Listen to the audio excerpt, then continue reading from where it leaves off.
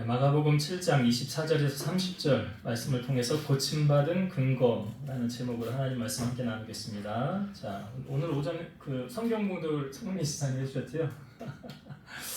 저하고 며칠 전에 대화를 나누면서 집사님이 예배를 돕고 싶은, 우리 단주로도 참 예배를 많이 돕고 있는데 이제 제가 늘 예배를 인도하니까 우리가 이제 대표 기도할 때 이제 우리 권사님하고 안수 집사님이 대표 기도할 때는 제가 잠깐 여기 내려가서 잠깐 쉬잖아요. 근데 대표 기도가 없을 때는 제가 계속 다 하잖아요. 근데 그게 안쓰러워 보였나 봐요. 그래서 성경 공독하는 시간 동안 잠깐 옥상에 앉아서 충전하시라고 그래서 그런 감동을 또 하나님이 주셨던 것 같아요. 그래서 그럼 집사님, 제가 이제 기도하고 결정하겠습니다 하는데 하나님이 저에게 감동을 주셨어요. 교회는 목사 혼자 세워가는 게 아니다. 그렇죠. 저 혼자 북치고 장구치고 하는 거 아니에요. 교회는 같이 협력하여 선을 이루는 거예요. 그래서 예배를 돕겠다고 하는 사람이 누군가라도 있으면 같이 협력하는 게 맞지 않겠냐. 그런 감동을 또 하나님 주셔서 집사님이 그런 자원하는 마음이 있어서 하십시오. 제가 이제 권면을 드려서 아마 오늘 수요일부터 이제 주일 계속 저 대신 성경 공독을 집사님이 이제 감당을 해주실 것 같습니다.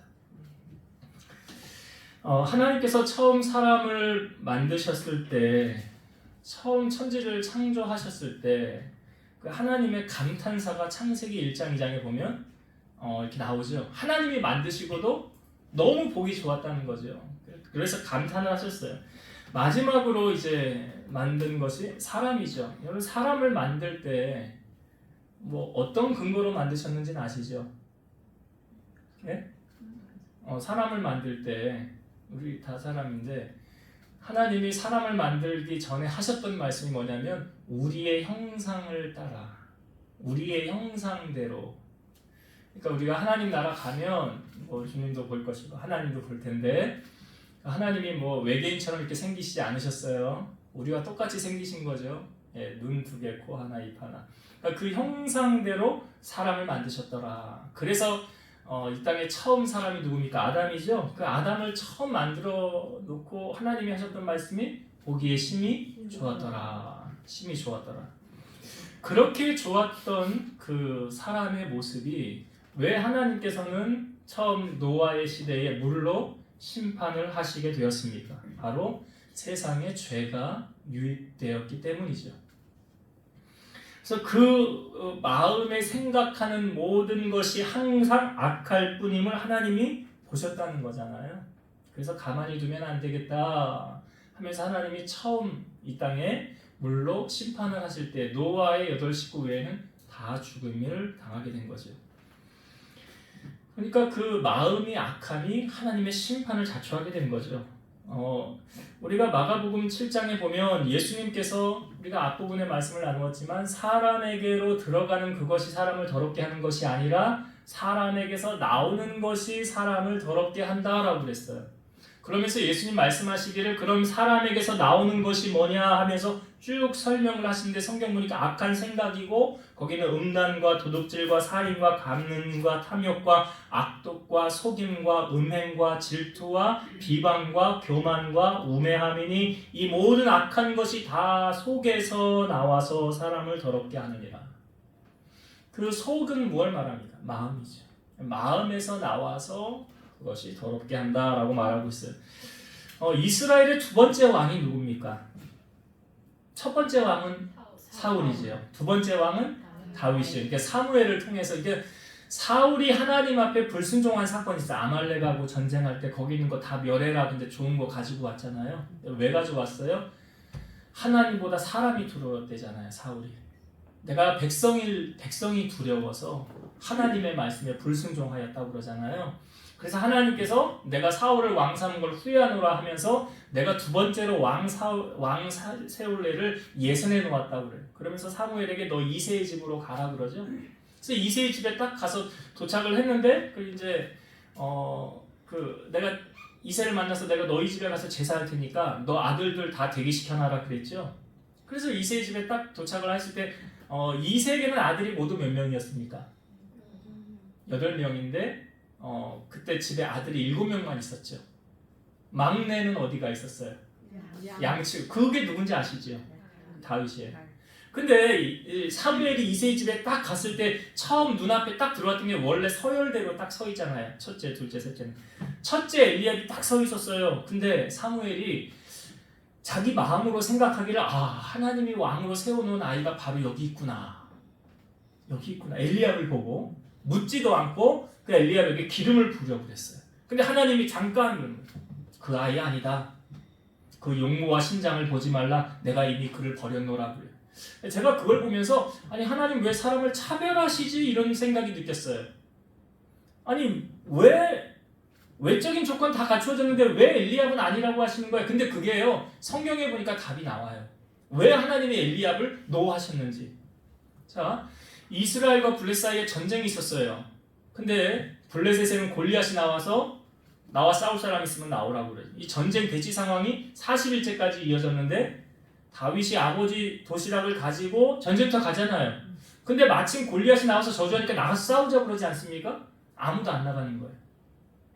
근데 그때 다윗이 나가서 싸우겠다는 거예요. 이 소문이 돌고 돌아서 누구의 귀에까지 들어가느냐? 왕의 귀에까지 들어가죠. 그런데 왕의 귀에 들어가기 전에 먼저 그 전쟁터에 나와 있는 형들 3명이 있잖아요. 그 첫째 형이 누구라고 그랬어요? 엘리압. 엘리압이 다윗이 하는 말을 들은 거예요. 불러는 다윗 너 일로 와봐. 그러면서 엘리압이 하는 말이 자 성경에 이렇게 기록되어져 있어요. 제가 그대로 엘리압이 한 말을 읽어볼게요. 네가 어찌하여 이리로 내려왔느냐? 들에 있는 양들은 누구에게 맡겼느냐? 나는 네 교만과 네 마음의 완악함을 아노니 네가 전쟁을 구경하러 왔도다. 여러분 엘리압이 한 말이 다윗을 향하여 한 말이에요. 왜 일로 왔냐? 양은 어떻게 했냐는데 그 다음에 나오는 말이에요.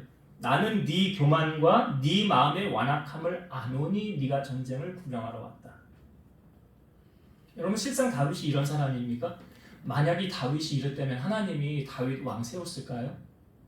아니죠. 이거 뭘 말하고 있습니까? 자, 파란색 안경 끼면 세상이 어떻게 보여요? 빨간색 끼면 그러면 내 마음이 온통 교만함으로 가득 차 있어요. 세상이 어떻게 보일까요? 그렇게 보이는 거예요. 그러니까 엘리압이 한 말이 무엇입니까? 네 다윗이요, 너의 교만과 네 마음의 완악함을 내가 안다. 누구 마음이 그런 거예요? 자기가 그런 거잖아. 자기 마음이 그런 거예요. 엘리압의 마음이 지금 그런 거잖아요. 그러니까 자기의 마음이 그러니까 세상이 온통 그렇게 보이는 거예요. 내 마음의 빛에 따라 보이는 거예요. 그러니까 하나님께서 너는 노한 이유가 여기 분명히 있잖아요. 엘리압은 왕감 안 됐구나. 그 말하는 거 보니까 그 마음을 보니까 하나님이 그러니까 사무엘을 보내서 뭘 보게 하신 거? 그 용모와 신장을 보지 말라. 내가 이미 그를 버렸노라. 내가 보는 것은 사람과 같지 아니하니 사람은 외모를 보거니와 나 여호와는 중심을 본다.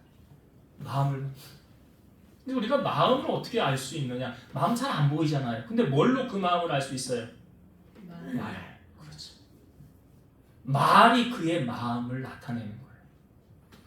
예수님께서 우리를 세상에 보내실 때 너희는 세상의 빛과 소금의 역할을 감당하라고 그러셨어요. 그러면서 너희 빛이 사람 앞에 비치게 하여 그들로 너희 착한 행실을 보고 하늘에 계신 너희 아버지께 영광을 돌리게 하라. 너희의 착한 행실을 통해서 누구에게 영광? 하나님께 영광. 내가 그러니까 하나님의 영광을 드러낼 수도 있고 내가 하나님의 영광을 가릴 수도 있는 거예요. 그러니까 결국은 내 배후에 계신 그분이 나를 통하여 영광을 받으실 수도 있고 영광을 가릴 수도 있는 거예요. 너희는 세상의 소금이라고 그랬죠. 여러분 세상의 소금이 맛을 잃으면 그 어떻게 된대요? 다만 길에 버려져 사람에게 밟힐 뿐이라. 크리스찬이 소금의 역할을 감당하지 못하면 사람에게 밟히는데요. 이 소금을 통하여 소금이 뭐와 같다라고 우리에게 보여주고 있느냐. 자, 골로새서 4장 6절. 너희 말을 항상 은혜 가운데서 소금으로 맛을 냄과 같이 하라. 그리하면 각 사람에게 마땅히 대답할 것을 알리라. 지금 말을 뭐에 비유하고 있어요? 소금에. 너희 말을 항상 은혜 가운데서 소금으로 맛을 냄과 같이 하라. 그러니까 어떤 사람 만나서 교제해보면 그 사람하고 대화하면 참 기쁜 사람 있죠. 참 유쾌한 사람 있죠. 기분 좋은 사람 있죠. 그게 뭐예요? 말을 소금처럼 하는 거예요. 그 듣는 자들에게 은혜가 되게 하는. 근데 어떤 사람 만나서 대화하면 괜히 기분이 찜찜하고 좋지가 않아. 그 왜 그런가? 마음에서 나오는 말이 좋지 않기 때문에 그런 거예요. 우리 민정미 권사님이 예전에 말씀 뽑기할 때 이거 뽑았던 말씀이에요. 에베소서 4장 29절. 무릇 더러운 말은 너희 입 밖에도 내지 말고 오직 덕을 세우는 데 소용되는 대로 선한 말을 하여 듣는 자들에게 은혜를 끼치게 하라. 기억나시죠? 셀 보셨던. 너희 말을 할 때 더러운 말을 하지 말래요. 그냥 안 하는 게 나은 거고요. 오직 말을 하려면 덕을 세우는 대로 선한 말을 하여 듣는 자들에게 은혜 끼치게 하라. 내 말을 듣고 사람이 용기를 얻고 소망을 얻고 기분이 좋아지게 하면 그 말 잘하는 거예요. 근데 내 말을 듣고 사람이 근심하게 하고 상하게 하고 기분 나쁘게 들려지는 말을 하면 그 말 잘못하는 거예요. 예수님께서 지금 우리가 마가복음 7장을 볼 때 마가복음 7장의 주제는 앞부분을 보면 말에 관한 거잖아요. 어떻게 8장 이 뒷부분에도 보면 말에 관한 그 비슷한 주제이지만 이 말은 우리가 앞부분에 계속 나왔어요. 마음에서 나오는 것이다. 그래서 이 말에 관한 것이 이 앞부분에는 이론적이었다고 한다면 오늘 우리가 읽은 본문과 그 다음 주에 나눌 말씀은 실제적인 부분이에요. 이론과 실제를 여기에 다 포함되어져 있는 거예요. 그래서 신앙생활은 그 하나님을 만나는 게요, 글로써 우리가 하나님을 이해하는 것이 아니라요, 하나님을 삶으로 만나는 것이다. 그 체험신앙, 살아계신 하나님. 하나님이 살아계시니까 우리 만나주시는 거 아닙니까? 신앙생활도 그냥 체험 없이 그냥 이론적으로 아는 것하고 내가 직접 하나님을 만나서 신앙생활하는 거하고는 천지 차이죠. 그래서 예수님께서 지금 이 마태복음 7장의 실제적인 부분을 우리에게 보여주는 거예요. 예수님이 두로지방으로 가셨대요. 두로지방은 갈릴리 북서쪽 지중해 해안 도시예요. 그러니까 지금 갈릴리 있는 그곳에서 북쪽으로 쭉 올라가서 지중해 쪽으로 나아가는 거예요. 근데 그곳에 가신 이유가 무엇입니까? 예수님이 왜 거길 갔더라? 라는 이유는 구체적으로 나와 있지 않아요, 성경에. 그런데 예수님이 그 지방으로 가서 한 집에 들어가서 아무도 모르게 하려고 하셨더라 라고 나와 있어요. 왜 예수님이 그 지방에 가서 아무도 모르게 하려고 하셨을까요? 좀 쉬려고요. 예수님 좀 쉬려고요. 재충전하시려고요. 사람이 번아웃이 오면 어떻게 됩니까? 다 만사가 귀찮아지는 거잖아요. 다 하기 싫은 거잖아요. 탈진이 되고 나면. 엘리야가 850명과의 싸움에서 성과는커녕 이세벨이 자기를 죽이려고 하니까 로뎀나무 밑에 앉아서 하나님 나 데려가세요 그러잖아요. 번아웃이 온 거잖아요. 이게. 나 이제 죽여주세요. 예수님도 사역 때문에 좀 힘드시지 않으셨는가? 근데 예수님의 모습 보면 늦은 시간까지 기도하시고 새벽 이른 시간에 기도하시고 그런 삶을 우리에게 보여주고 있는데 오직 피곤하셨으면 예수님이 배 안에서 자다가 주무시고 배에서 잠깐 쪽잠을 주무신 적도 있었잖아요. 그러니까 제자들이 풍랑이니까 무서워서 예수님을 막 깨우잖아요. 그러니까 예수님도 삶이 좀 힘들고 고단하지 않으셨는가? 신이신 그분이 사람의 모양으로 우리 가운데 오셨으니까 인간이 느끼는 모든 감정을 다 똑같이 느끼셨을 거 아니에요. 그러니까 예수님이 그 지역에 가서 아무도 모르게 좀 쉬려고 그리고 재충전하려고 하셨던 것 같아요. 그런데 숨길 수가 없었죠. 그런데 예수님 앞에 어느 한 여인이 이제 예수님을 찾아옵니다. 이 여인이 성경에 보니까 수로보니게 여인이래요. 그러니까 수로 지방의 보니게라는 뜻을 가지고 있는 그런 여인인데 시리아에 속한 베니게 지방의 여인이다. 그러니까 이 여인은 이방인이라는 거예요. 유대인이 아닌 이방인이 지금 주님 앞에 찾아왔어요. 유대인들은 당시 상당한 그 민족적 우월감에 우월성이 도취되어 되게 심한 적대감을 받던 사람들이 이방인이에요. 이방인 너희들은 혼혈이고 잡족이고 우리는 너희와 상관하지 않아. 그러니까 예수님이 그 정오에 물을 그 수가성에 갔을 때 그 여인이 와서 물을 뜨는 사건이 있잖아요. 요한복음에 보면 수가성 여인이 와서 사람이 드문 다니지 않는 그곳에 와서 물을 떠가는 이유가 사람들이 자기들을 싫어한다라고 생각을 하는 거예요. 유대인들이. 그러니까 이 여인도 지금 이방인이에요. 근데 이방인이 예수님 앞에 지금 나와 엎드리는 거예요. 왜? 예수님을 찾아온 이유가 무엇입니까? 자기 딸이 지금 귀신 들렸는데 귀신을 좀 내쫓아달라는 거예요. 그러니까 이 여인은요, 지금 자기 민족적 그 반감이나 개인적 자존심 모두 팽개치고 자기에게 있어서 제일 중요한 문제가 무엇입니까? 자기 딸의 문제예요. 내 딸을 귀신에서 쫓아만 내줄 수 있다면 나는 자존심도 다 내려놓을 수 있고요. 그 어떠한 것도 하라고 하면 나는 다 할 수 있습니다. 그래서 아마 소문을 듣고 그 여인이 지금 예수님을 찾아온 거예요. 이런 생각을 해봤어요. 여러분들에게 만약 어떠한 문제도 없다고 한다면 주님을 찾을까? 지금 이 여인이 예수님을 찾게 된 이유는 뭡니까? 자기 딸의 문제잖아요. 귀신이 들려서 자기 딸을 못 살게 구니까. 그래서 예수님을 찾은 것이 아닌가. 하나님께서 우리로 하여금 복을 주시기 전에 가장 먼저 하나님이 염려하는 부분을 신명기에서 우리에게 아주 잘 보여주고 있거든요. 제가 읽어볼게요. 그 성경의 부분 읽어볼게요. 네가 먹어서 배부르고 아름다운 집을 짓고 거주하게 되며 또 네 소와 양이 번성하며 네 은근히 증식되며 네 소유가 다 풍부하게 될 때에 네 마음이 교만하여 내 하나님 여호와를 잊어버릴까 염려하노라. 그러니까 다 잘 되면 집도 크게 으리으리하게 잘 짓고 살고 먹을 것 잘 해놓고 은근히 증식된다는 게 뭐예요? 오늘날로 말하면 통장에 돈 쌓아놓고 쓰고 싶은 대로 쓰고 그렇게 사는 거예요. 그 소유가 다 풍부하게 될 그때에 하나님이 염려하는 부분이 뭐예요? 네가 교만하여 하나님 여호와를 잊어버릴까 염려하노라. 그러니까 하나님의 염려는 뭐예요? 너 복 주면 타락하면 안 되는데 이게 하나님이 염려하는 거 아닙니까? 그래서 신명기 8장 18절 보면 네가 만일 네 하나님 여호와를 잊어버리고 다른 신들을 따라 그들을 섬기며 그들에게 절하면 내가 너에게 증거하노니 너희가 반드시 멸망할 것이라.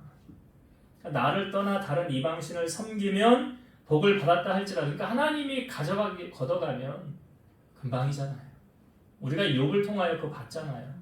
동방의 가장 큰 부자가 어떻게 하루아침에 모든 재산을 다 잃을 수가 있는가? 하나님은 그렇게 하실 수 있죠.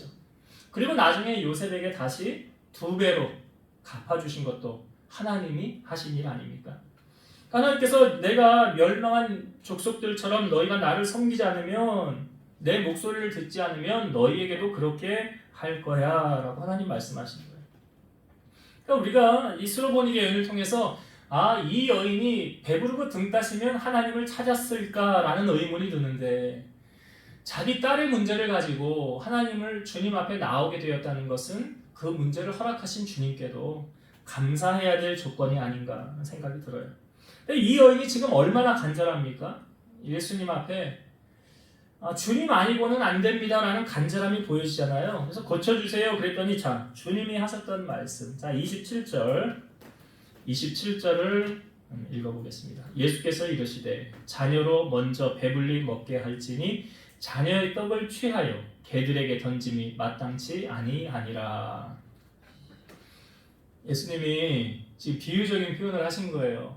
스로보니게 여인은 자녀로 먼저 배불리 먹게 할지니 여기서 말하는 자녀는 뭘 말할까요? 유대인들 말하는 거잖아요. 예수님이 유대인이니까 너는 이방인이잖아.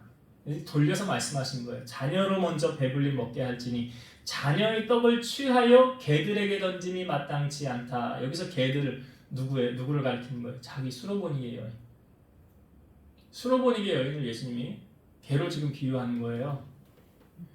아니 예수님이 여러분 사람을 차별하십니까? 예수님 사람 차별하는 분 아니시잖아요.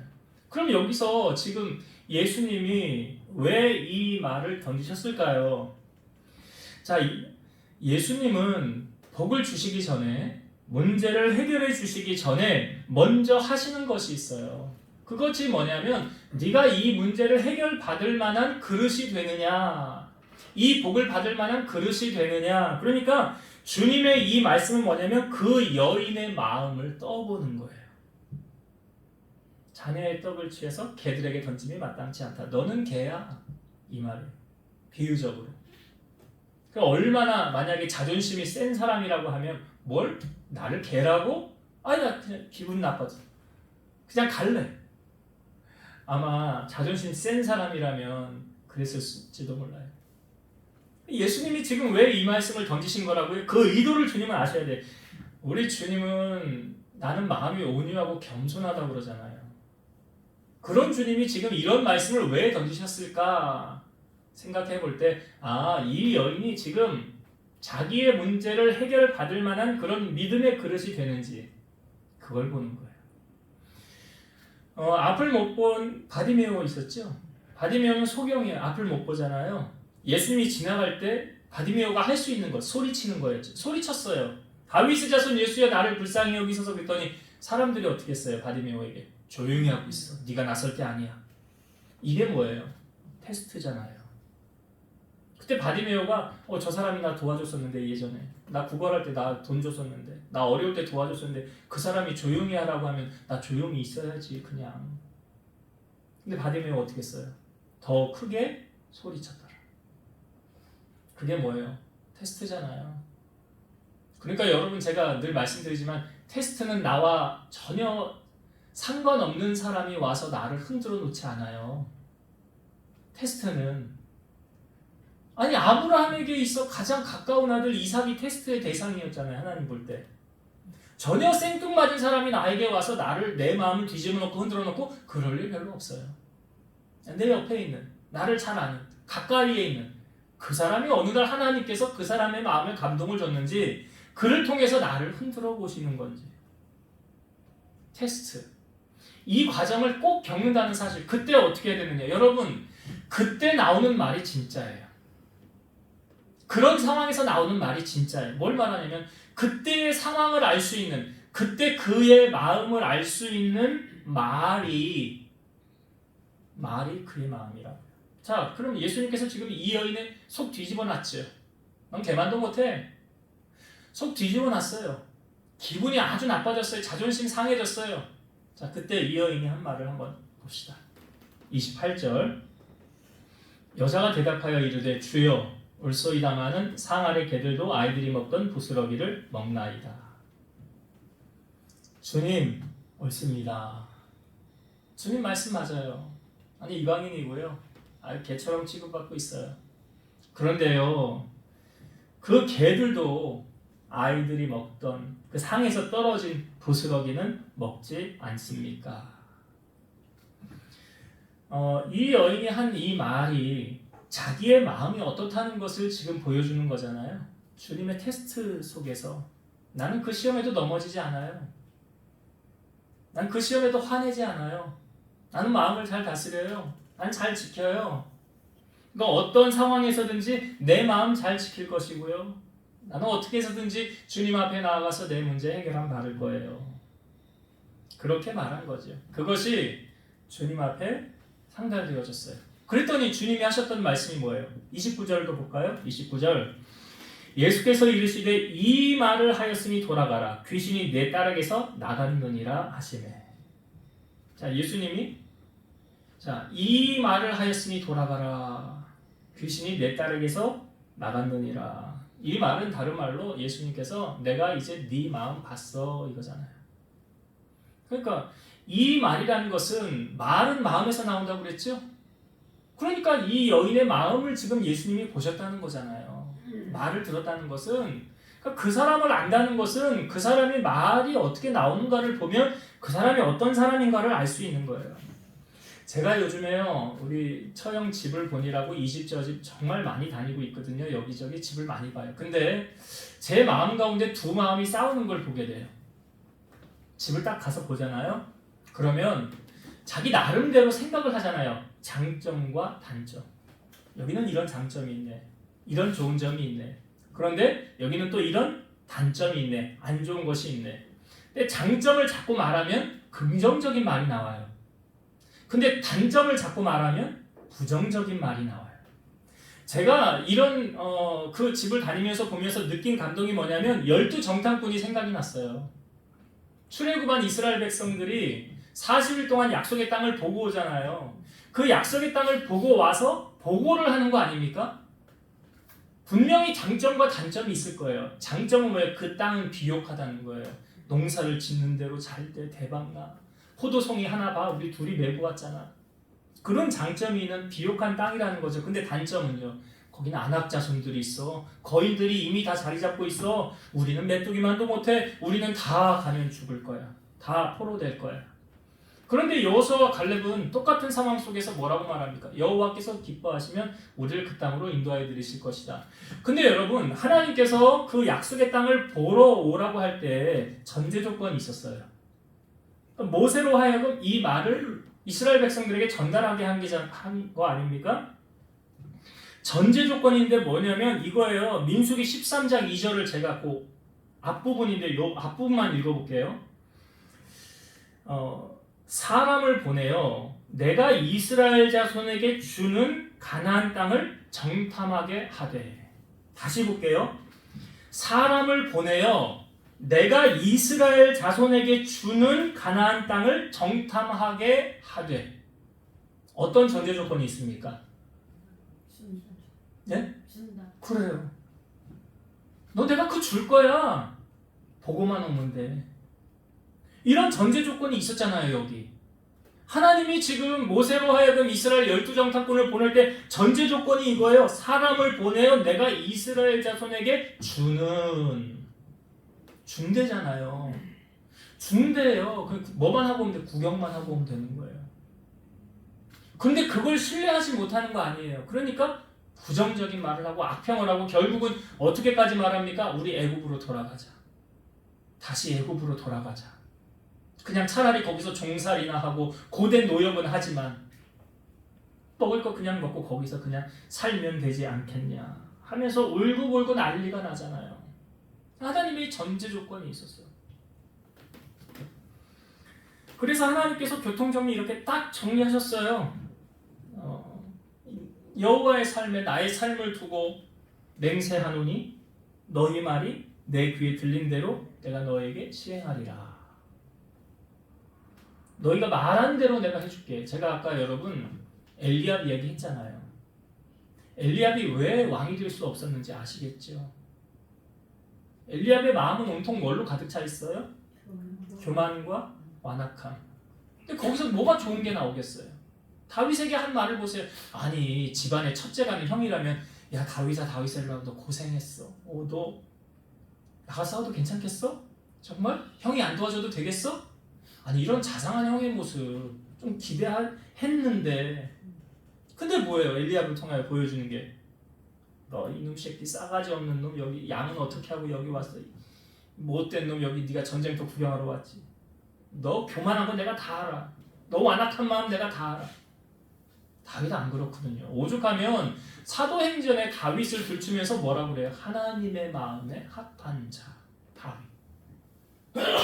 하나님의 마음에 드는 사람 다윗. 그래 하나님이 교만하고 완악한 사람이 하나님 마음에 들겠어요? 안 들죠. 그러니까 오늘 우리에게 이 수로보니게 여인은 시사하는 바가 참 크죠. 말씀을 이제 정리하고 마치겠습니다. 예수님의 앞부분의 말에 대한 이론적인 부분을 말씀하셨다면 여기는 이제 실제적인 실체를 보여주는 거예요. 삶 속에 정말 삶으로 적용되어지는 말씀이잖아요. 자, 이 여인이 예수님을 찾아 예수님이 쉬고 싶으셨거든요. 숨길 수가 없었어요. 예수님 앞에 나아가게 된 이유가 뭡니까? 자기 귀신 들린 어린 딸이에요. 간혹 이런 생각을 해요. 여러분들에게 하나님이 기도 제목 주신 거 어떻게 보면 감사해야 되는 조건이다. 그거 없으면 우리가 하나님 앞에 나아가겠는가? 물론 아닐 수도 있죠. 모든 것 다 물러가고 이제 평안함을 주시고 내가 하나님 그래도 잘 섬길 수 있는 분들도 있을 거예요. 근데 지금 이 수로보니게 여인이 예수님 앞에 나아가게 된 배경은 귀신 들린 딸. 그것 때문에 주님을 찾게 되는 거예요. 자, 주님 앞에 나아갔어요. 그랬더니 예수님이 하시는 말씀이 뭐예요? 자녀의 떡을 취하여 개들에게 던짐이 마땅치 않다. 분명히 여러분 아셔야 되는 게 뭐냐면 예수님 사람 차별하지 않으세요. 모든 사람 다 사랑하세요. 근데 이렇게 차별하는 것처럼 느껴지는 것은 뭐라고 그랬어요? 테스트하는 거예요. 떠본다고 그러잖아요. 정말로 내가 이렇게 던졌을 때 어떻게 하는가 한번 보자. 떠본다고요. 그때 우리가 잘 해야 되는 게 있어요. 뭐냐면 마음을 잘 지키는 거예요. 그래서 잠언 4장 23절 모든 지킬 만한 것 중에 더욱 내 마음을 지키라. 생명의 근원이 이에서 남이니라. 이 말씀 그대로 적용되잖아요. 마음을 잘 지켰다는 건 뭘 말하고 있어요? 말을 어떻게 해느냐. 예수님 말씀 맞아요. 근데요, 개들도 아이들이 먹던 부스러기는 먹습니다. 뭐예요? 마음을 잘 다스린 거예요. 마음을 잘 지킨 거예요. 그래서 입술의 열매를 거두는 거예요. 그러니까 우리가 이제 하나님께서 우리를 흔들어 보실 때 우리의 욕심이나 혈기나 자존심이나 어떤 질투나 미움이나 시기 같은 거 다 내려놔야 되는 거예요. 흔들어 볼 때 다 내려놓고 예수님의 마음을 내가 정말 잘 품고 있는가, 뭘 통하여 알 수 있다고요? 말을 통해서. 왜? 말은 마음에서 나오는 거니까. 그래서 그것이 주님 앞에 들려졌어요. 예수님 뭐라고 해요? 이 말을 하였으니 돌아가라. 네 딸이 귀신에게서 나갔느니라. 그럼 말 한마디 천냥빛 깎는다는 말이 괜히 있는 말이 아니잖아요. 그래서 우리가 항상 입술의 열매를 거둔다. 실제적인 모습이에요. 오늘 슬로보니게 여행을 통해서 그 앞부분은 이론적인 부분을 주님이 우리에게 보여주셨다고 한다면 실제적인 삶의 부분을 이 사람 말 잘해서 이렇게 되었네. 그래서 사람이 복록을 누리는 것도 입의 열매라고 그러잖아요. 입의 열매. 그래서 우리가 이 슬로보니게 여인을 통하여 나는 어떤 말을 하고 있고 하나님이 내 말을 지금 다 들으실 텐데 그 말에 대한 반응을 하나님이 어떻게 하고 계시는가. 너희 말이 내 귀에 들린 대로 시행하리라. 이 말 여러분들 묵상하시고 슬로보니게 여인을 본받아서 아름다운 말, 복이 되는 말, 힘을 주는 말, 응답받는 말 많이 선포하는 여러분 되시기를 주의 이름으로 축원드립니다. 기도하시겠습니다. 오늘도 살아서 역사하신 하나님 감사합니다. 슬로보니게 여인이 귀신 들린 딸이 있었습니다. 그것이 그 여인의 발목을 잡았는지 모르지만 그 문제로 인하여 주님 앞에 나아가게 되었습니다.